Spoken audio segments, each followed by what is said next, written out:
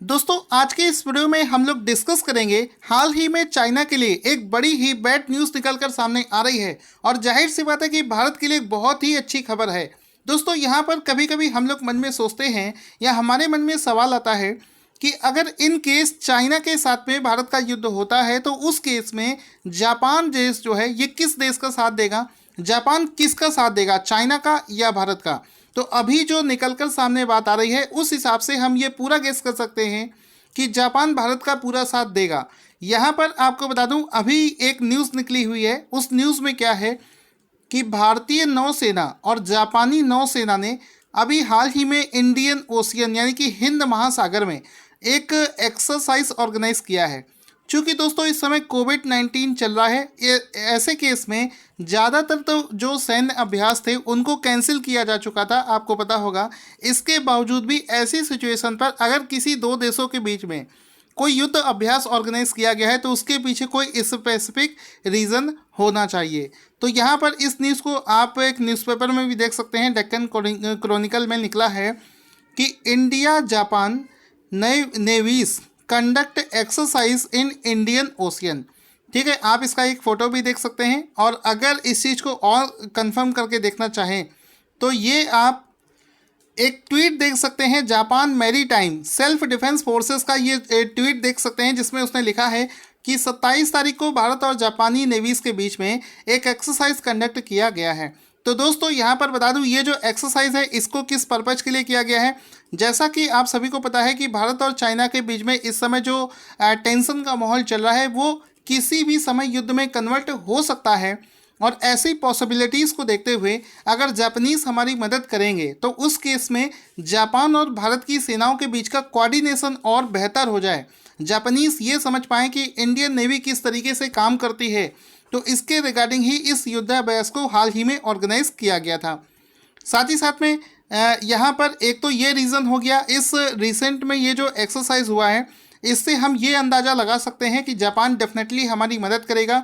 इसी वजह से उसने भारतीय सेना के बारे में अच्छे से समझने के लिए इस एक्सरसाइज को ऐसी इमरजेंसी सिचुएशन में कंडक्ट किया है। इसके अलावा आपको एक और चीज़ बताता हूँ कि हाल ही में क्या हुआ था कि चाइना और जापान के बीच में भी एक मुद्दे को लेकर बहुत ही ज़्यादा लड़ाई चल रही है। वो मुद्दा क्या है वो आपको बताता हूँ।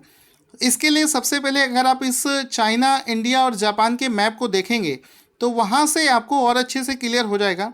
जैसा कि आप ये पूरे वर्ल्ड का मैप देख सकते हैं, ये रहा अपना इंडिया, इधर है चाइना और इस तरफ है आपका जापान। तो अगर इन तीनों के परिप्रेक्ष्य में बात करी जाए तो ये जो पैसिफिक ओशियन है, ये जो पैसिफिक ओशियन का रीजन है, इसी पैसिफिक ओशियन में एक छोटा सा आइलैंड है कुछ इस जगह पर। तो इस छोटे से आइलैंड को लेकर चाइना और जापान के बीच में अभी एक फाइट चल रही है। ये जो छोटा सा आइलैंड यहाँ पर स्थित है इसको लेकर जापान का कहना है कि ये आइलैंड उनकी कंट्री को बिलोंग करता है, जबकि चाइनीज़ आर्मी का कहना है कि ये आइलैंड उनके देश को बिलोंग करता है। अब दोस्तों यहाँ पर बात अगर सिर्फ यहीं तक रहती, बातों से ही अगर इस मुद्दे को सुलझा लिया जाता तब तक तो ठीक था, लेकिन अभी चाइना की तरफ से एक बयान आया था कि अगर जापान इस आइलैंड पर अपना हक जमाएगा, यहाँ पर ये जो आइलैंड है इस जगह पर स्थित है, तो चाइनीज़ ने बोला है कि अगर जापान इस आइलैंड पर, जिसको सोलोमन आइलैंड के नाम से जानते हैं, इसको सेनकाकू आइलैंड के नाम से जानते हैं, तो यहाँ पर चाइनीज़ ने ये बोला है कि अगर जापान सेनकाकू आइलैंड को लेकर अपना रुख तेजी से करता है तो चाइनीज़ आर्मी यहाँ पर फोर्स का इस्तेमाल करेंगे, यानी कि वो लड़ाई करने में बिल्कुल भी नहीं पीछे हटेंगे और किसी भी कीमत पर जापान से, चाहे उनको लड़ाई करके, चाहे उनको पॉलिटिकल तरीके से, किसी भी तरीके से वो इस आइलैंड पर जापान का कब्जा नहीं होने देंगे। तो ये चाइनीज़ आर्मी ने कहा है, जो कि कह सकते हो बहुत ही एक एग्रेसिव, विस्तारवादी और एग्रेसिव स्टेटमेंट था जिसको लेकर जापान और चाइना के बीच में जो रिलेशंस हैं वो हाल ही में और भी ज़्यादा ख़राब हो चुके हैं। दोस्तों जैसा कि आपको बता दूं, ये वाला फ़ोटो आप देख सकते हैं कि इसमें आइलैंड का लोकेशन आपको दिखाना चाहूँगा। इसको थोड़ा सा छोटा कर लेते हैं। इसमें आप देख सकते हो ये है जापान और इस तरफ होता है ये आपका चाइना, यहाँ पर वो आइलैंड स्थित है। और रिसेंट में एक और चीज़ अभी देखने को मिली थी। रिसेंट में क्या था कि जापान ने भी क्या किया है कि ये जो सेनकाकू आइलैंड है इसका नाम चेंज करने को लेकर एक बिल पास कर दिया है और इस सेनकाकू आइलैंड का जो नाम है वो चेंज करके इन लोगों ने टोनोसिरो सेनकाकू आइलैंड कर दिया है। तो अब चूंकि इस आइलैंड को चाइनीज़ अपना समझते हैं और जापानीज़ अपना, तो जापान ने जैसे ही इस आइलैंड का नाम चेंज किया है, चाइनीज़ गवर्नमेंट को इसको लेकर बहुत बड़ी प्रॉब्लम हो रही है। उनका कहना है कि जो आइलैंड चाइना को बिलोंग करता है, आप उसका नाम चेंज कैसे कर सकते हो। तो इसी चीज़ को लेकर हाल ही में जापान और चाइना के बीच में काफ़ी लड़ाई चल रही है। तो इस केस में हम ये अनुमान लगा सकते हैं कि जापान, इन केस अगर चाइना के साथ में हमारा युद्ध हुआ तो जापान डेफिनेटली हमारा साथ देगा।